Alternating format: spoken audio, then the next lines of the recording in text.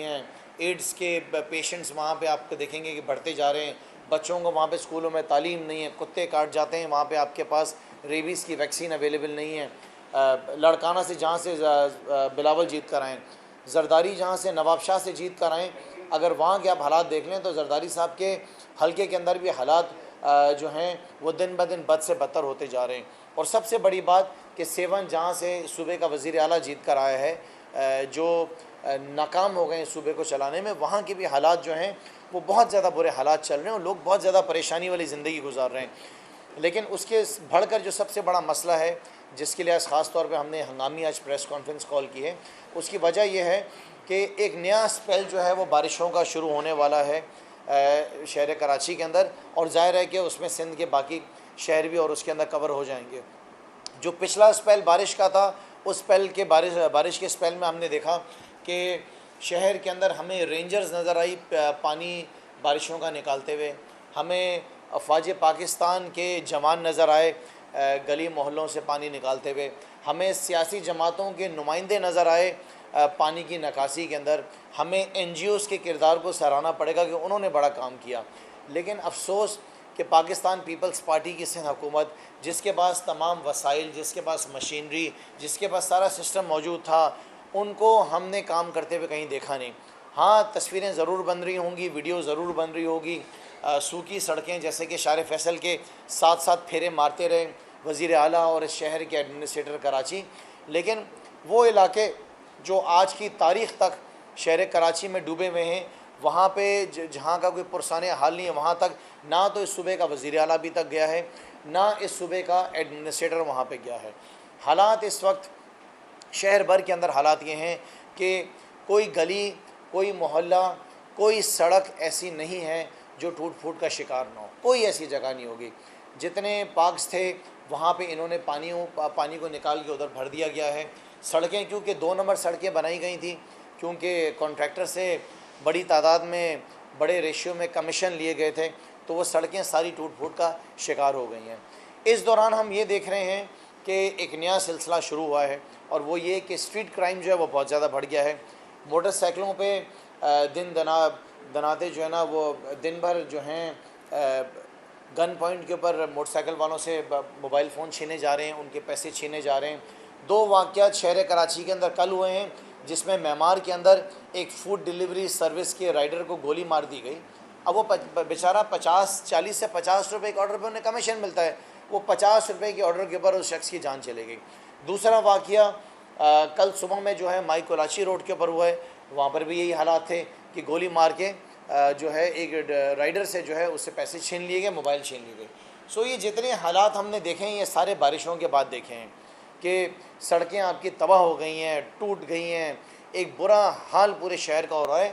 और साथ साथ हम देख रहे हैं कि जो कचरा क्योंकि ज़ाहिर है कि सैनिटेशन का निज़ाम नहीं है, Sindh solid waste management board के अंदर अरबों रुपए की करप्शन है। बड़ी बड़ी वीडियोस हमें दिखाई गई सिंध असेंबली में कि बेहतरीन निज़ाम बनाया जाएगा, वो भी नहीं बनाया गया। तो हमें बारिशों के दौरान कचरा जो है पूरे शहर में बहता हुआ नज़र आया। तो इस वक्त हालात शहर कराची के बहुत ज़्यादा हालात बुरे हुए हैं। कोई ऐसी गली नहीं है जहाँ पे गटर का पानी, सीवेज का पानी उबल ना रहो। हर गली के अंदर आपको गटर का पानी नज़र आएगा। स्टॉर्म ड्रेन्स, क्योंकि शहर के अंदर शहर के अंदर कभी स्टॉर्म ड्रेन्स बनाए नहीं गए थे, तो लोगों ने जाहिर है कि जो बरसाती पानी था वो सारा जो सीवेज की लाइनों में थे वो उसमें से गुजरा। अब वो गटर का पानी पूरे शहर में उबलना शुरू हो गया है। रोज़ाना की बुनियाद पे हमें हॉस्पिटल से ख़बरें आ रही हैं कि बीमारियां बढ़ती जा रही हैं, बच्चे बीमार हो रहे हैं, बड़ी उम्र में लोग बीमार हो रहे हैं, बुज़ुर्गों की बीमारियों की जो है कंप्लेंट्स आ रही हैं। लेकिन यहाँ पे इंतज़ामिया हमें ये समझ में नहीं आ रहा है कि वो क्या वजह काम नहीं कर रही है। बड़ा सोचा, हमने समझा, तो समझ में यही बात आई कि जो जरदारी साहब हैं वो पहले तो पंजाब में हुकूमत गिराने में और अपनी हुकूमत बनाने के अंदर मसरूफ़ रहे। जो सिंध का पैसा था, जो पैसा सिंध में लगना था, सिंध के लोगों पे लगना था, सिंध की आवाम के ऊपर पैसा ख़र्च होना था, गलियों में, मोहल्लों में, पीने के पानी में, बच्चों की तालीम के ऊपर ख़र्च होना था, सेहत के निज़ाम को बेहतर करने पे जो पैसा सिंध का ख़र्च होना था, वो पैसा सारा सिंध हाउस के अंदर ख़र्च हुआ। ज़मीर फ़रोशों की ज़मीर को ख़रीदने में वो पैसा पंजाब की असम्बली के अंदर MPs की ख़रीदारी में कोशिश करने में ख़र्च हुआ। यही सिंध का पैसा जब सेनेट के इलेक्शंस आते हैं तो मैं सिंध के लोगों को बताना चाहता हूँ कि सेनेट के इलेक्शंस के दौरान भी ये आपका पैसा जो आपकी ज़िंदगियों के ऊपर, आपकी बेसिक नेसेसिटीज़ के लिए ख़र्च होना है, वो सियासत के ऊपर ख़र्च होता है, वो ज़मीर फ़रोशों को ख़रीदने के लिए उनके ऊपर ख़र्च होता है। तो जब बारिशें हो रही थी, सूबा सिंध डूब रहा था, तो शुरू के जो पहला स्पेल था उसके अंदर तो जरदारी साहब जो हैं वो मसरूफ़ थे पंजाब में हुकूमत बनाने के लिए, और अब जो हैं वो सुना बीमार हो गए, तो उनके जितने वज़ीर हैं उनकी तीमारदारी के अंदर मसरूफ़ हैं। और बिलावल जरदारी साहब वो जब से फॉरेन मिनिस्टर बने वो सैर सपाटे कर रहे हैं पूरी दुनिया के। वो बच्चे को नहीं जैसे खिलौना मिल जाता है, बच्चा खेलता, हम बचपन में छोटे थे जहाज़ मिल गया था, जहाज़ को लेके उड़ाते रहते थे, इस तरह वो इस तरीके से बिलावल जरदारी साहब जो हैं इस वक्त पूरी दुनिया में सैर सपाटे कर रहे हैं। उनको एक जहाज़ मिल गया है, बच्चे को जैसे खिलौना मिल गया है, वो उसके साथ बच्चा खेल रहा है। इस बच्चे को इस बात की समझ नहीं कि इसकी हुकूमत है इस नालायक की सूबे सिंध के अंदर। सूबे सिंध में लोगों की चीखें निकली हुई हैं, स्कूल में बच्चों को तालीम नहीं मिल रही है। अभी इस जो समर वेकेशंस हैं वो ख़त्म हो गई हैं, बच्चों के स्कूल वापस स्टार्ट हो गए। स्कूल के जो कंपाउंड हैं, जितने भी सरकारी स्कूल हैं, उनके कंपाउंड बारिश के पानी से भरे हुए हैं, उसकी नकासी के ऊपर कोई काम नहीं किया गया है। गटर उबल रहे हैं, उसके ऊपर कोई काम नहीं किया गया है। इनका जो लोकल गवर्नमेंट मिनिस्टर हैं वो मुकम्मल तौर पर नाकाम और फेल हो गए हैं आवाम की मदद करने में, आवाम के मसाइल हल करने में। तमाम मिनिस्ट्रीज़ जो हैं इस वक्त सूबे सिंध में, मैं सिंध के लोगों को बताना चाहूँगा कि वो सिस्टम को सही तरीके से चलाने में मसरूफ़ हैं। हर मिनिस्ट्री के अंडर जो है वो एक सिस्टम चल रहा है। जैसे कि ज़मीनों का सिस्टम होता है कि किसी की ज़मीन है, आजकल नया सिलसिला स्टार्ट हुआ है, वो ज़मीनों पे कब्ज़े चल रहे हैं। हुकूमत के नुमाइंदे ज़मीनों पे कब्ज़े कर रहे हैं लोगों की, और उसको छुड़वाने के लिए उनसे करोड़ों रुपए ले रहे हैं। बिल्डर्स जो हैं वो आजकल करोड़ों रुपए सिंध बिल्डिंग कंट्रोल अथॉरिटी को जो है वो दे रहे हैं नक्शे पास कराने में। सिंध बिल्डिंग कंट्रोल अथॉरिटी जो है वो अपना किरदार अदा कर रही है इसके अंदर। उसके साथ साथ जो आपकी एंटी इंक्रोचमेंट की टीम है उसको ख़ास तौर पे टास्क दिए गए हैं कि लोगों की ज़मीनों पे कब्ज़े करो और उस कब्ज़े को छुड़वाने के लिए उसके बाद फिर उनसे पैसा लो। तो सूरत हाल जो सूबे सिंध के अंदर चल रही है वो बहुत ही खौफनाक सूरत हाल है। मैं आपको एक बात और बताना चाहूँगा कि जो हमारा साहिल समंदर है, ख़ास तौर पे उसके साथ साथ हॉक्स बे का जो एरिया हो गया, वहाँ पे 2-4 दिनों के अंदर 8 से 10 लोग जो हैं वो डूब के मर गए। 8 से 10 लोग डूब के मर गए। उसका ज़िम्मेदार कौन है? क्या उसका ज़िम्मेदार इस सूबे का वज़ीर आला नहीं है? क्या इन अमवात का ज़िम्मेदार जो है वो बिलावल जरदारी और आसिफ अली जरदारी नहीं है? क्या उनकी ज़िम्मेदारी नहीं है कि इस सूबे में उनकी हुकूमत है, वो अपने मिनिस्टर से सवाल जवाब करें कि क्यों नहीं ऐसा निज़ाम बनाया गया कि लोगों को वहाँ पे रोका जा सके? एक सेक्शन 144 लगा देना उससे हल तो नहीं हो जाता है। क्या वहाँ पे आपके पास कोई जो है कोई ऐसा निज़ाम है कि कोई इमरजेंसी हो जाए किसी को बुला सकें? कोई 11 22 के तरह जो निज़ाम होता है, 4 गाड़ियाँ 10 गाड़ियाँ आपने 20 गाड़ियाँ यहाँ पे निकाल दी, उससे मसला हल नहीं होगा पूरे शहर कराची का। कोई किसी किस्म का वहाँ पे हॉक्स बे के इलाके के अंदर सैंडस्पेट में पैराडाइज पॉइंट के ऊपर कोई ऐसी इमरजेंसी की सहूलियात नहीं है। मैं खराज तहसीन पेश करूँगा ईदी साहब को, अल्लाह ताला उनको जन्नत नसीब करे। आज भी ईदी साहब के नुमाइंदे जो हैं वो आपको हॉक्स बे के इलाकों में लोगों की मदद करते हुए मिल रहे हैं और वही लाशें निकाल रहे हैं। इनका तो हुकूमत सिंध का ये हाल है कि सखर बराज में जो है वो लाशें तैर रही हैं। लाशें पिछले 3-4 दिन से तैर रही हैं, आज तक उन लाशों को वहाँ से जो है वो निकाला नहीं गया है। हम डिमांड कर रहे हैं अफवाज पाकिस्तान से, इनफैक्ट मैं डिमांड करूँगा कि जो आने वाला स्पेल है उसके अंदर आप अभी से अपनी तैयारियां करें लोगों की जान बचाने के लिए, क्योंकि हुकूमत सिंध ने तो कुछ भी नहीं करना है। जो आपका यहाँ पे शहर कराची के अंदर Karachi water and sewage board है वो तबाही का शिकार है। जो एक बोर्ड सही कुछ बेहतर कुछ साल पहले काम कर रहा था, उसको मुकम्मल तौर पे इस वक्त पाकिस्तान पीपल्स पार्टी ने अपना सियासी जो है वो दफ्तर बना लिया। इस वक्त कराची वाटर सीवरेज बोर्ड जो है वो वहाँ पे उनके वाइस चेयरमैन के अंडर सियासी दफ्तर बन चुका है। वहाँ पे सियासी भर्तियाँ हो रही हैं, वहाँ पे जो है सियासी ट्रांसफ़र्स हो रही हैं। लोगों को वहाँ पे डिलीवर नहीं किया जा रहा है, लोगों के काम नहीं किए जा रहे हैं, मर्ज़ी की बुनियाद पे पानी की लाइनों को दिया जा रहा है। लोगों के घरों में पीने का पानी जो है वो नलकों से जो है उनको फराम नहीं किया जा रहा। आहिस्ते आहिस्ते जो सिलसिला क्लिफ्टन डिफेंस से शुरू हुआ था टैंकर्स का, आज वो आधे शहर तक पहुंच गया है। आधे शहर में पीने का पानी जो है वो टैंकर्स के ज़रिए फराम किया जा रहा है। तो कराची वाले क्या तुम्हारे बाप के नौकर हैं? यहाँ बैठ कर टैक्सेस दे रहे हैं, हर किस्म का टैक्स कराची वाले दे रहे हैं, पूरे आपके मुल्क को कराची चला रहे हैं, और आप कराची को लूटे जाओ, कराची की चमड़ी निकालते जाओ, कराची की चीखें निकलते जाओ। कराची कितना बर्दाश्त करेगा? पाकिस्तान तहरीक इंसाफ इसके अंदर अपना किरदार अदा करती रही है। मैं अपने तमाम वर्कर्स को आज खराज तहसीन पेश करता हूँ, जो कि शहर भर में अलग अलग इलाकों में अपनी मदद आप अपने ज़ाती पैसों से पम्प्स के ज़रिए उन्होंने पानी निकाला, लोगों की मदद करी, लोगों को अलग अलग इलाकों से एक इलाके से दूसरे इलाकों के अंदर शिफ्ट किया। लेकिन ये याद रखें कि कोई भी NGO या आपकी इवन रेंजर्स होगी, फ़ौज हो गई और सियासी जमातें ये नहीं कर सकती काम सारा। ये काम सारा हुकूमत सिंध का है, लोगों के मसाइल हल करना, लोगों को इस परेशानी से निकालना। जरदारी साहब ये आपकी ज़िम्मेदारी है। आप दुबई में बैठे हुए हैं, वहाँ पे मज़े कर रहे हैं, यहाँ पे लोग मर रहे हैं।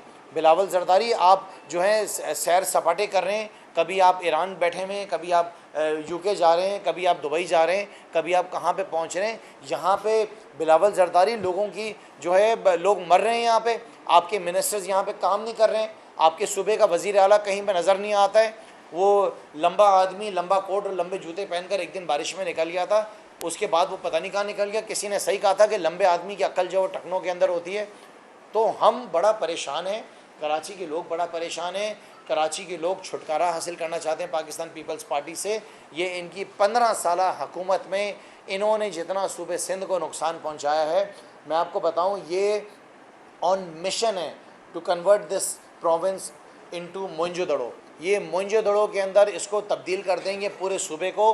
ये पाकिस्तान पीपल्स पार्टी इस सूबे को स्टोनेज की तरफ लेकर जा रही है। इनके लोग बैठकर सिर्फ अपने जो है मज़े करने में बैठे हुए हैं, अपनी कुर्सी को संभाले हुए हैं, अपने जितनी सहूलियात हैं उनको हासिल कर रहे हैं। सिंध असम्बली में जो इजलास होते हैं वो किसी काम का कोई इजलास नहीं होता है। हमारे हलक खुश्क हो गए इस ऐवान में शोर मचा मचा के। 40 से 50 लाख रुपए एक दिन के इजलास का ख़र्चा होता है। कोई आदमी सिंध असम्बली में काम करने को तैयार नहीं है, कोई मिनिस्टर सही सीरियस तरीके से जवाब देने को तैयार नहीं है, कोई भी मिनिस्टर काम करने को तैयार नहीं है। लिहाजा मैं कराची के लोगों की परेशानियों से बिल्कुल वाकिफ़ हूँ, और इंशाअल्लाह ताला इस बात के ऊपर यकीन रख लें कि जिस तरह पाकिस्तान पीपल्स पार्टी का ख़ात्मा पंजाब से हुआ है, KP से इनका ख़ात्मा हुआ, गिलगित बल्तिस्तान से, कश्मीर से, इसी तरीके से बलूचिस्तान समेत इनका ख़ात्मा सूबे सिंध से भी होगा। हमने इनके ख़िलाफ़ अपनी जंग जारी रखनी है, हमने इनके ख़िलाफ़ इनके साथ पूरा मुकाबला करना है और हमने इनको शिकस्त देनी है। इंशाअल्लाह ताला कराची के अंदर 28 तारीख को बल्दियाती इलेक्शन जो कि पोस्टपोन हो गए थे बारिश की वजह से, और हम वापस देख रहे हैं कि आगे फिर बारिशों का स्पेल है। अल्लाह खैर करे, अल्लाह करम करे इस सूबे के ऊपर। नहीं तो पाकिस्तान पीपल्स पार्टी ने तो कसम खाई है कि ये तो शर्म से डूबेंगे नहीं, लेकिन इस शहर को जो है ना ये डुबो के छोड़ेंगे। मैं कराची के लोगों से कहता हूँ कि कराची के लोगों ने आने वाले 28 तारीख को बल्दियाती इलेक्शंस में पाकिस्तान तहरीक इंसाफ के मेयर को कामयाब कराना है, पाकिस्तान तहरीक इंसाफ के इमरान खान के नुमाइंदों को कराची में कामयाब कराना है। मैं सिर्फ आखिर में आपको ये बताना चाहूँगा, जो हमारी 5 प्रायोरिटीज़ हैं शहर कराची में आने वाले बल्दियाती इलेक्शंस में इमरान खान को अब कामयाब कराने के बाद, नंबर 1 जो हमारी प्रायोरिटी है कि कराची के अंदर जो पीने के पानी का मसला है, जो Karachi water and sewerage board है, इसको पूरा रिवैम्प करना है। हमने कराची भर के अंदर कराची के लोगों को जो पानी है वो नलकों में पहुंचाना है। मुझे आज भी याद है जब मैं स्कूल से बचपन में आता था तो हम नलका खोल के पानी पीते थे, उसमें कभी भी ये बात नहीं होती थी कि उसके अंदर बैक्टीरिया होगा, नलकों में पानी नहीं आएगा। आज टैंकर्स के ज़रिए पानी आ रहा है।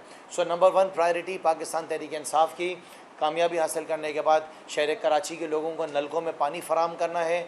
दूसरी प्रायोरिटी कि हमने शहर के इंफ्रास्ट्रक्चर को ठीक करना है, हमने पूरे शहर भर के अंदर स्टॉर्म ड्रेन्स बनाने हैं।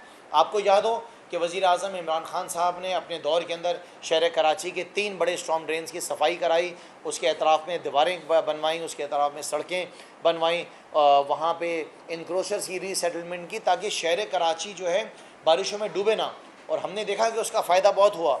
लेकिन क्योंकि इन नालायकों ने छोटे 480 या 490 नालों की सफाई नहीं करी, इस वजह से वो बड़े नालों तक पानी पहुँच नहीं सका। सो हमने कराची के इंफ्रास्ट्रक्चर को नंबर 2 हमारी प्रायोरिटी, हमने उसको ठीक करना है।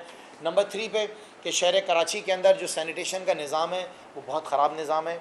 कराची के अंदर कचरे उठने का तरीक़ाकार गलत है। जिस तरह सिंगापुर हो गया, दुबई हो गया, ये किसी भी एक इंटरनेशनल सिटी के अंदर कचरे को उठाया जाता है, हम उस निज़ाम को कराची शहर के अंदर लेकर आएंगे कि लोगों को door to door garbage collection हो सके, बीमारियां ना फैल सकें। और ये जगह जगह आप देखते हैं कि आपको कुत्ते नज़र आएंगे, वो उन्हीं कचरा कुंडियों से खाते हैं और वहीं पर उनकी फिर ब्रीडिंग होती है, फिर वहीं पर वो बच्चों को काटते हैं। सो सैनिटेशन का निज़ाम नंबर 3 हम ठीक करेंगे। नंबर 4 पे जो कराची का ट्रांसपोर्ट का निज़ाम है जो इस वक्त तबाहाली का शिकार है, कुछ लाल रंग की 50 या 40 बसों से ये यहाँ पे 3-3.25 करोड़ की आबादी का मसला हल नहीं होता है। जिस तरह इमरान खान साहब ने कम ही अरसे के अंदर ग्रीन लाइन को मुकम्मल कराया है, इसी तरीके से जो हमारी प्रायोरिटी नंबर 4 है वो हमने ट्रांसपोर्ट के निज़ाम को ठीक करना है। नंबर 5 पे जो कि बहुत अहम मामला है, जो कि कराची का स्ट्रीट क्राइम है। कोई शख्स ऐसा नहीं है, अगर 10 में से आप पूछेंगे तो 7 अफराद जो हैं वो ये बताएंगे आपको कि या तो उसका मोबाइल फ़ोन छीन चुका है, या उसके घर के अंदर डकैती पड़ चुकी है, या उसकी फैमिली लूट चुकी है। स्ट्रीट क्राइम का शहर से हमने ख़ात्मा करना है। और एक आखिर में जो बहुत अहम चीज़ है कि शहर कराची के अंदर हमने प्लांटेशन की कैंपेन लॉन्च करनी है। जिस तरीके से इमरान खान ने KP के अंदर बिलियन ट्री के नाम से एक कैंपेन लॉन्च की थी और लाखों दरख्त जो हैं वो पूरे सूबे में लगाए गए थे, ये हमारी ख्वाहिश है कि हम इंशाअल्लाह ताला कामयाबी हासिल करने के बाद पूरे शहर कराची के अंदर जो हमारी कैंपेन लॉन्च होंगी स्टार्ट के अंदर ही क्लीन एंड ग्रीन की, उसके अंदर लाखों की तादाद में दरख्त लगाए जाएंगे। इस शहर को साफ़ किया जाएगा, इस शहर को हरा भरा किया जाएगा, इस शहर के मसाइल हल किए जाएंगे। सो मैं कराची आइट से मैं गुजारिश करूँगा कि देखें, जिन लोगों को आप आज़मा चुके हैं उन लोगों को आपने वापस नहीं आज़माना है। वो रोने धोने वाला मेयर आपको वापस नहीं चाहिए। जो 4 साल तक जो मेयर था वसीम अख्तर, वो 4 साल तक से रोता रहा। उसने रो रो के उसने अपने 4 साल गुजार दिए और उसके रोने से कराची भी रोता रहा, काम नहीं करा। हम आपको काम करके दिखाएंगे, बातें नहीं करेंगे, और कराची को डिलीवर करके दिखाएंगे और ये सारे मसाइल भी इंशाल्लाह उसके हल दिखाएंगे। आखिर में लास्ट स्टेटमेंट जो मैंने आपको देनी है कि आज 4 बजे पाकिस्तान तहरीक इंसाफ ने KMC के दफ्तर के बाहर एक पुरअमन एहतजाज रखा है, जो कि हमारा आइनी हक़ है। और वो एहतजाज शहर कराची के अंदर इस वक्त जो टूट फूट की शिकार सड़कें हैं उसके ख़िलाफ़, शहर कराची के अंदर जो उबलते हुए गटर हैं उसके ख़िलाफ़ ही एहतजाज है।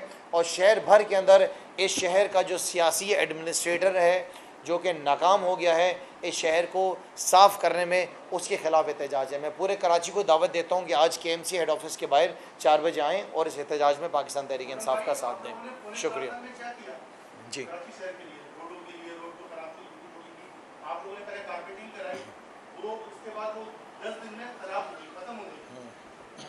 जी आप अच्छा जी, आपको मैं इस बात को बता दूं, शायद मेरे ख्याल से आप बहुत अच्छी तरह इस बात को जानते होंगे कि 18वीं तरमीम के बाद जो ज़िम्मेदारियां हैं ये सूबाई हुकूमत की ज़िम्मेदारियां हैं। अल्हम्दुलिल्लाह पाकिस्तान तहरीक इंसाफ के MNAs ने और MPs ने, और उसके साथ साथ MQM के MNAs को भी हमने पिछले 2020 और 21 के दौरान जो है हमने 9 अरब 90 करोड़ रुपए खर्च करके इस शहर के अंदर सीवेज के निज़ाम को बेहतर किया, पानी के निज़ाम को हमने बेहतर किया। नॉर्थ नाज़िमाबाद के 6 फ्लाईओवर्स बनाए जो आज जिस पे आप ट्रैवल करते हैं।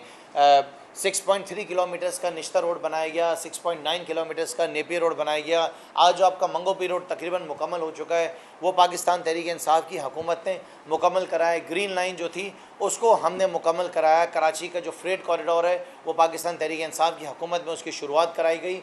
कराची शहर का जो K4 का मसला था, जो पानी का था, जो पानी नहीं मिलता था, 13 अरब रुपए हुकूमत सिंध ने कहा कि ज़ाया हो गए डिज़ाइंस के अंदर। K4 हमने वज़ीर आज़म इमरान खान को कह के कि सिर्फ वफाकी हुकूमत इसको बनाए, अब सूबाई हुकूमत का उसके अंदर कोई कोलैबोरेशन ना हो। वो K4 भी इमरान खान के दौर के अंदर उसकी शुरुआत हुई। KCR जो सबसे बड़ा आपका जो मसाइल हैं आपके शहर कराची के अंदर ट्रांसपोर्ट में, आपने कहा कि क्या काम करो, मैं आपको बता रहा हूँ सारे कि KCR भी जो शुरुआत की गई वो भी हमारे दौर में की गई।